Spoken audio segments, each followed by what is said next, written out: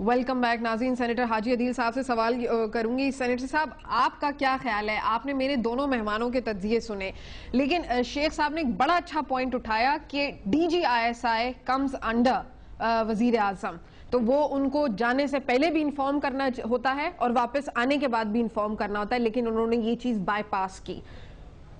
Vote سے آئے ہوئے الیکٹڈ وزیر اعظم ہے, ووٹ سے آئی ہوئی حکومت ہے, ووٹ بینک ان کے موجود ہیں, کوئی بیک ڈور چینل سے نہیں آیا ہے. اور دوسرے یہ ایک شیخ صاحب نے پوائنٹ یہ اٹھایا کہ جی دوسرے دن 2 مئی کے واقعے کے بعد یعنی کہ 3 مئی کو زرداری صاحب نے آرٹیکل کیوں لکھا تھا؟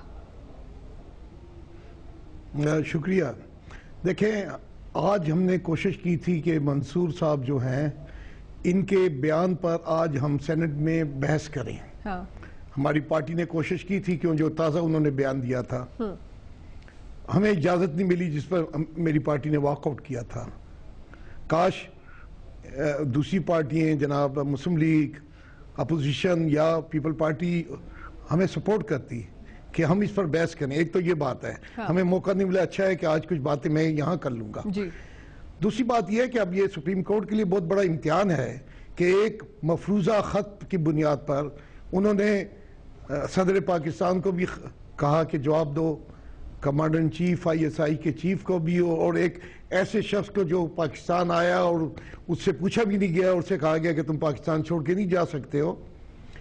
اور اب ایک دوسرا اسی شخص کے حوالے سے ایک تفصیلی بیان آتا ہے. وہ کہتے ہیں 4-5 گھنٹے میری ملاقات ہوئی, انہوں نے یہ بتایا, اور پھر آئی ایس آئی کے چیف کے حوالے سے یہ کہا گیا کہ وہ ملک سے باہر گئے تھے, عرب ممالک میں گھومے, اور یہ کہا کہ صدر پاکستان کو ہم ہٹانا چاہتے ہیں وغیرہ وغیرہ.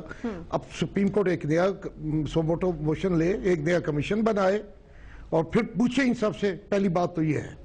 دوسری بات یہ ہے کہ آیا اگر سرکار کا کوئی ملازم جو کہ وزیر اعظم کے تحت ہو اور وہ بغیر اجازت ملک سے باہر جاتا ہے اور غیر ملکی سے جا کر انویسٹیگیشن کرتا ہے اور پھر وہ واپس آتا ہے, تو اگر کسی وجہ کے وزیر اعظم یا سول گورنمنٹ اتنی طاقتور نہیں ہے تو کیا چیف آف آرمی اسٹاف کا یہ فرض نہیں ہے کہ ڈسپلن ایکشن ان کے خلاف کیا جائے, اس شخص کے خلاف؟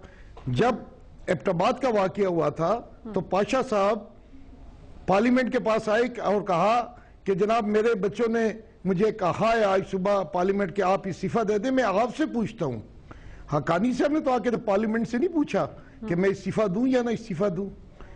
تو یہ اب سارے معاملات یہ بتاتے ہیں کہ یہاں منتخب حکومتوں کے اختیار کو تسلیم نہ کرنے کی ایک روایت ہے جو جنرل ایوب کے زمانے سے شروع ہوئی اور اس کی انتہا بھی پھر وہ مشرف تک آئی. اسی میں پاکستان بھی ٹوٹا. اور ابھی بھی دیکھیں نا, ایک فوج کا افسر اپنے باس سے پوچھے بغیر ملک سے باہر جاتا ہے, وہاں ایک غیر ملکی سے انٹرویو کرتا ہے, کچھ باتیں اس کو بتاتا ہے جو اپنی پاکستانی عوام سے چھپائی جا رہی تھی, اور میڈیا کے ذریعے ہمیں پتہ چلتا ہے کہ وہ 26 تاریخ کے میڈیا کہ جی وہ 21 اور 22 23 کو ان سے ملاقات ہوئی تھی. تو میں سمجھتا ہوں کہ اس معاملے میں سپریم کورٹ کا اب رول ہم دیکھیں گے.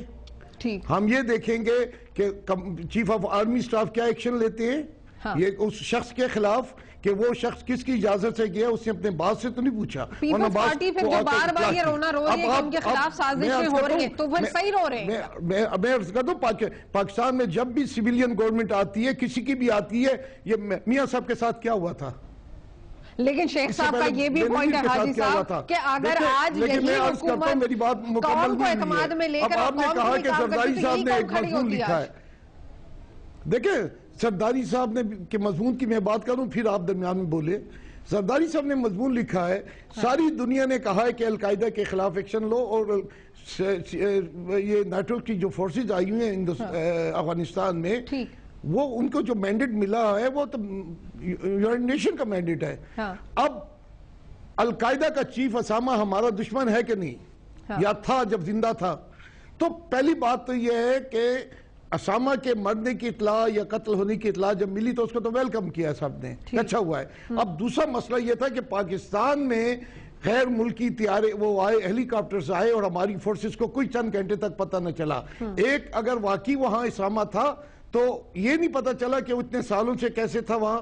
اس کے بچے تھے, ان کی بیوی تھی, اس کا بیٹا تھا, اور باقاعدہ پریگنینسیز بھی ہوتے تھے, وہ اسپتالوں میں بھی جاتی تھیں, اور ہمیں نہیں پتا چلا. تو یہ بھی بہت بڑی ناکامی تھی ہماری. اور اس کے بعد جب وہ آ کر تو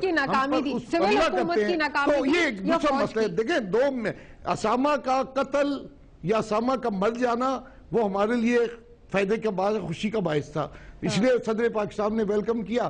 لیکن دوسرے مسئلے میں تو پھر پارلیمنٹ نے طلب کیا تھا, چیف آف آرمی اسٹاف کو طلب کیا تھا. آپ ذرا میری بات سنے دیں, پھر آپ بولیں.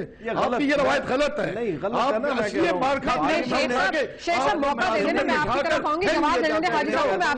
پارلیمنٹ نے نہیں طلب کیا تھا, فوج نے. جوائنٹ سیشن ہوا تھا, جوائنٹ سیشن ہوا تھا. میں درست کر رہا ہوں, اس لیے عائشہ کہہ رہا ہوں کہ فوج نے خود یہ کہا تھا کہ ہم ان کیمرہ ہم پارلیمنٹ کو اپنا موقف دینا چاہتے ہیں. پارلیمنٹ کی اگر خواہش نہ ہوتی تو وہ کہتے بھی, پارلیمنٹ نے باقاعدہ ان کو دعوت دی ہے. دیکھیں, سب سے بڑی امبیرسمنٹ ہوئی اس کے بعد نیوی کے ایک بہت بڑے اڈے پہ کراچی میں حملہ ہوا. 4 آدمی آئے تھے, ایک تو مارا گیا, باقی 3 خود سوسائڈ بامبر سے, اور ہمارے جتنے قیمتی اثاثے تھے ہماری سمندروں کو بچانے کے لیے وہ تباہ کر دیے. اب یہ جو بند ایجنسی میں جو واقعہ ہوا ہے اس کے متعلق بھی تقریباً بتایا جاتا ہے ہمیں. میں واپس حاجی صاحب میں پھر ایک وہی سوال پوچھوں گی, ناکامی کس کی تھی؟ یہ فوج کی ناکامی تھی کہ اسامہ یہاں پر تھا, مارا گیا؟ ہم تو سمجھتے ہیں کہ ہماری آرمی کا مقصد یہ ہے کہ پاکستان کی جغرافیائی سرحدوں کی حفاظت کریں. بدقسمتی سے یہ اب جو ہم دہشت گردوں کے خلاف یہ جو قربانی دے رہی ہے ہم اس کو سلوٹ کرتے ہیں. انہوں نے بے انتہا قربانی کی, ان کے ساتھ عوام نے بھی قربانیاں دی ہیں. اب میری پارٹی نے 650 لوگوں کی شہادتیں دی ہیں, ہم ان کو اپریشیٹ کرتے ہیں. لیکن مصیبت یہ ہے کہ آرمی ایک شخص کا تو نام نہیں, ایک رویے کا نام بھی ہے. جو کہ ایوب خان کے جب وہ جنرل تھا, اس نے کہا مجھے آپ وزیر اعظم ڈیفنس منسٹر بنائیں. پھر اس نے ایک دوسرے جنرل کو صدر بنوایا, پھر صدر کو ہٹا کے خود صدر بنا. ایک اس رویے کا نام ہے جو آرمی میں ابھی بھی موجود ہے, وہ موجود ہے. اب خالی قیانی الیکشن میں غیر جانبدار تھے, ایک قیانی سے تو اس میں تبدیلی نہیں لا سکتے. اس میں ہم میڈیا اور پوری آرمی کی جو ہے اس ٹریڈیشنز میں ہمیں تبدیلی لانی پڑے. یہاں پہ صرف ایک لائن آپ کو میں بریک لے لوں. شیخ صاحب بریک لے لیتے ہیں, بریک سے واپس آتے ہیں. میں آپ کا پوائنٹ آف ویو بھی لیتی ہوں, کھوڑو صاحب بھی کہنا چاہ رہے ہیں اور مسعود صاحب سے بھی لیں گے. میرے ساتھ رہیے ناظرین.